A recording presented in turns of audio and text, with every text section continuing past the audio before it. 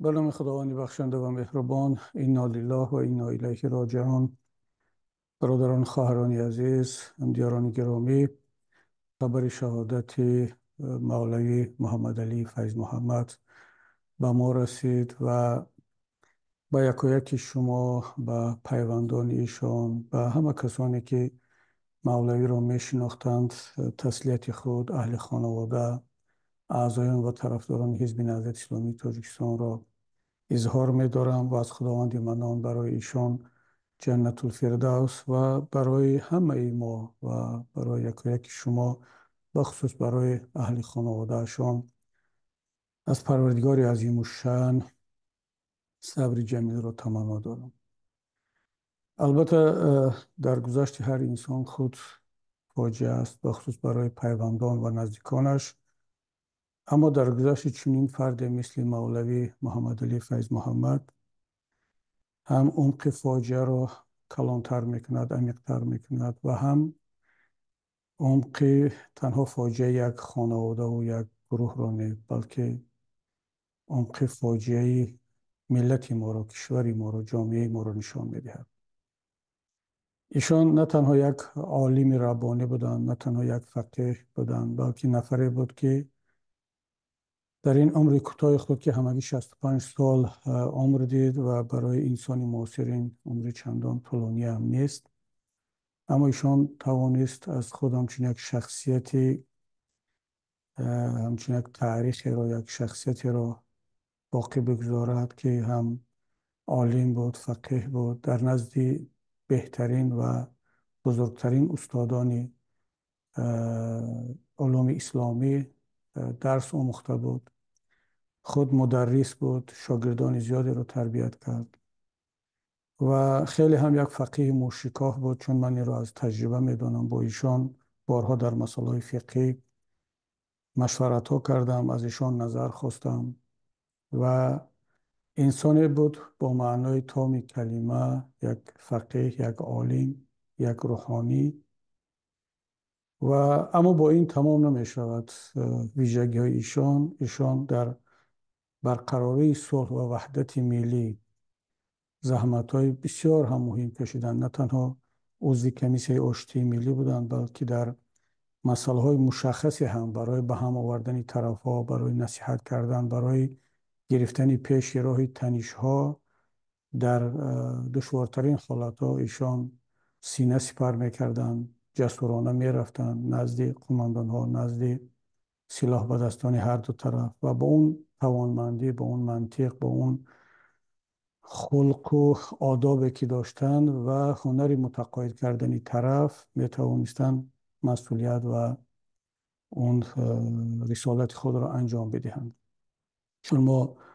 سالهای طولانی در کمیسیون آشتی ملی هم با هم کار کردیم. من اول همچون یاوری رئیسی کمیسیون، بعدا عضو کمیسیون،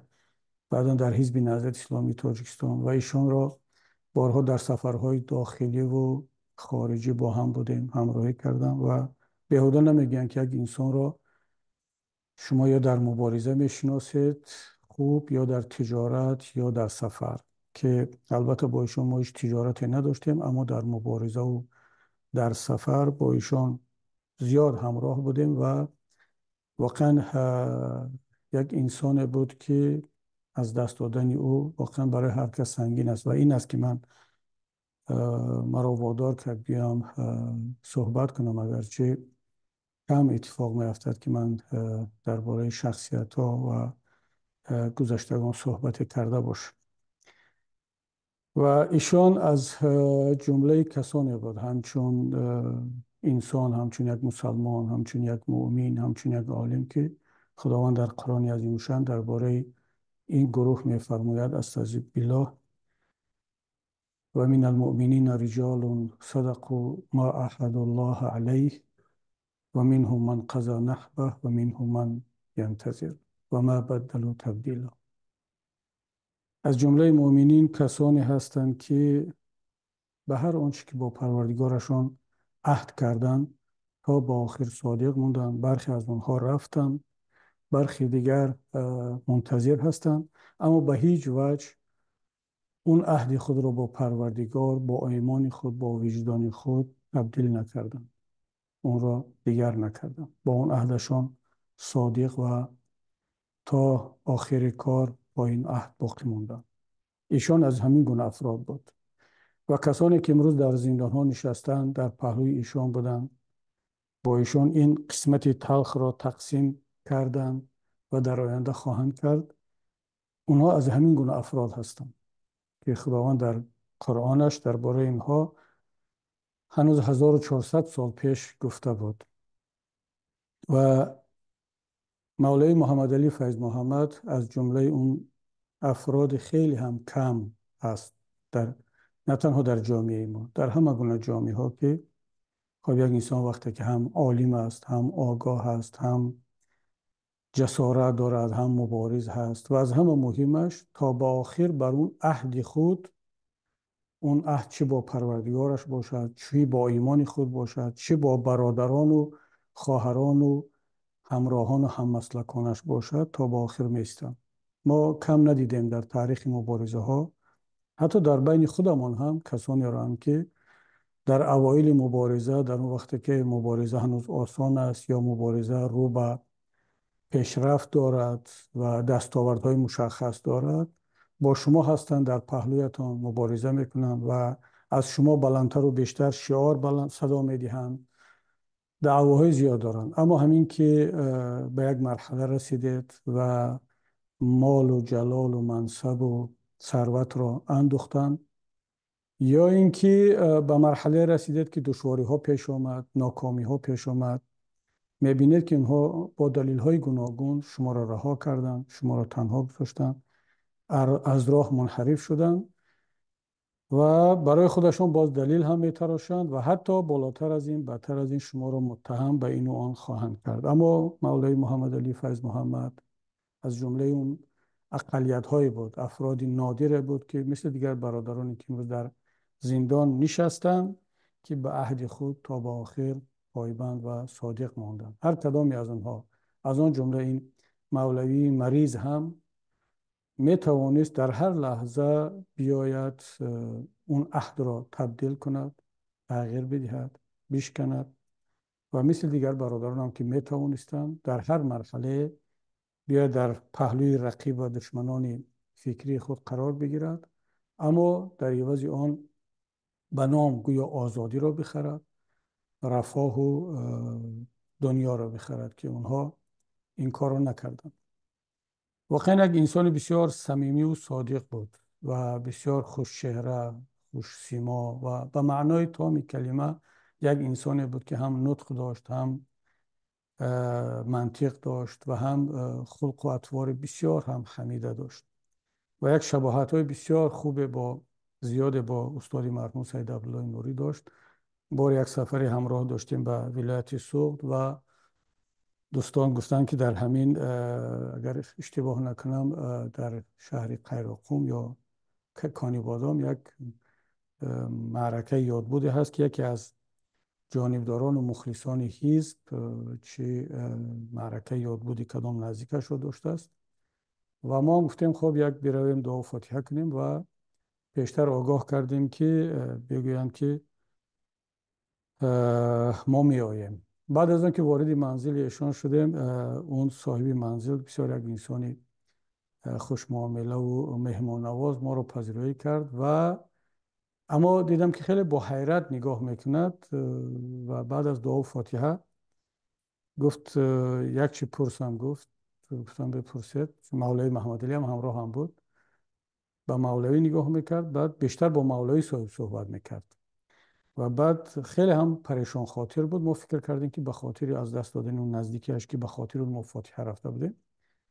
بعد بالاخره اون جرأت کرد و گفت که پیشتر گفته بودن که استاد مرحوم سید عبدالله نوری از دنیا گذشته است و من به این حرف باور کردم، اما امروز خدا را شکر میگم که اون آوازه دروغ بوده است و شما مهمونی مشت. ما به ایشان گفتیم که منظورتون چیست؟ گفت مگر این استاد نوری نیست که شما استاد نوری نیستید و مراجعت کرد به مولوی محمد علی فیض محمد. ایشان تبسم کردن، گفتن نه، ما از شاگردان یاران استاد هستیم، اگرچه خیلی شباهت هایی داریم اما واقعا هم استاد مرحوم گذشتن از دنیا و خبر راست بود. اما من نفر دیگر هستیم. اون نفر خیلی متاسف شد و باز هم روح و روان استاد دعا فرستاد، گفت که من تا اون حد شبیه هستید شما، هم از خلق و اطوار، هم از لباس، هم از طرز صحبت و نشست، که من فکر کردم که چون گفت من استاد نوری رو هیچ وقت زنده ندیدم، در عکس‌ها دیدم، در ویدیو دیدم، حالا فکر کردم که شما هم استاد نوری هستید.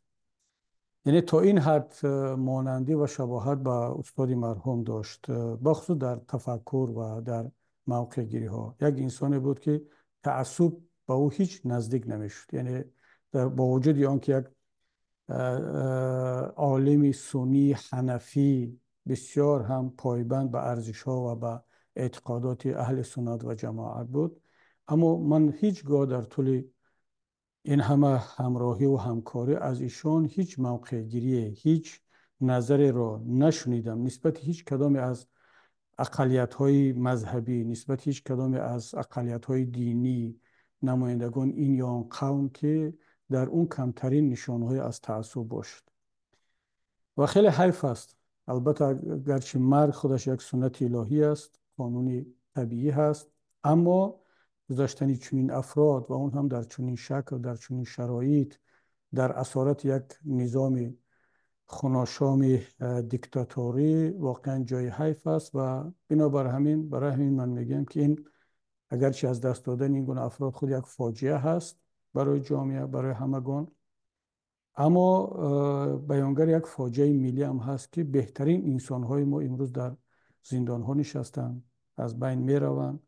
اما در جامعه کسان دولتداری میکنن، دیگر کسان میدانداری میکنن، منبرداری میکنن که نه تنها نصف مولوی نیستن، نصف بزرگمهر نیستن، نصف زید سعیدов و محمد علی و سید عمر نیستن، بلکه اصلا یک انسان‌های تصادفی هستند و اینها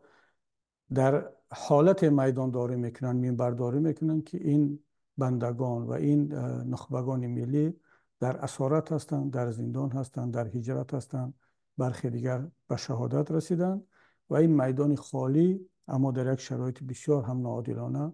رسیده است به یک گونه افرادی که واقعا هم به منبر خیانت کرده ایستادند، هم به ملت خیانت کرده ایستادند، هم به سیاست و هم به فرهنگ و به همه مقدسات و ارزش‌های دولتداری و ملی و دینی ما دارن خیانت میکنن. اما ما داریم روز به روز یکی پس دیگر چنین شخصیت‌هایی رو مثل مولوی محمد علی فیض محمد از دست میدهیم و فقط اون میموند که همون طوری که ایشان صادق به عهد خود نزد پروردگار ماندن، ما هم برادران خواهران عزیز همون گونه مسئولیت داریم، وظیفه داریم که صادق به این راه بمانیم، صادقانه مبارزه خود را ادامه بدهیم. مطمئن باشد که نه تنها مولوی محمد علی فیض محمد، نه تنها دیگر برادرانی که در اسارت جام شهادت نوشیدند مثل برادر داملا جلال الدین محمود، مثل مخدومی عبدالستار و چندین نفران دیگر که دنیا را در اسارت پدرود گفتند و اون کسانی که امروز نشستند و از جمله کسانی هستند که و من ینتظر، اینها به عهد خود صادق ماندند و توقع دارند از ما و شما که ما هم به عهد خود صادق بمانیم، ما هم به این راه و به این اهداف صادق بمانیم. اهداف ما اهداف زیاد پیچیده هم نیست، همون اهدافی است که این برادران به خاطر آن زندانی شدند، به خاطر آن به شهادت رسیدند، به خاطر آن هجرت کردند و این هم باشد رسیدن به یک جامعه که در اون انسان خودش رو آزاد احساس کند. انسان نترسد از آن که مسلمان هست، دیندار هست، به مسجد می رود، نترسد از آن که فرزندش رو قرآن می آموزد، نترسد از آن که لباس مذهبی و دینی خودش رو همون طوری که می خواهد بپوشد، نترسد از آن که هر گونه لباسی که دلش می خواهد و فرهنگش اجازت می دهد، اعتقاداتش اجازت می دهد، چه اعتقادات دینی باشد چه غیر دینی، از پوشیدن آن نترسد، از رفتن به مسجد و کلیسا و دیگر معابد خودش نترسد. از زدن حرفش نترسد. یک جامعه باشد که در آن انسان بتواند رهبر خود را در یک انتخابات شفاف و آزاد و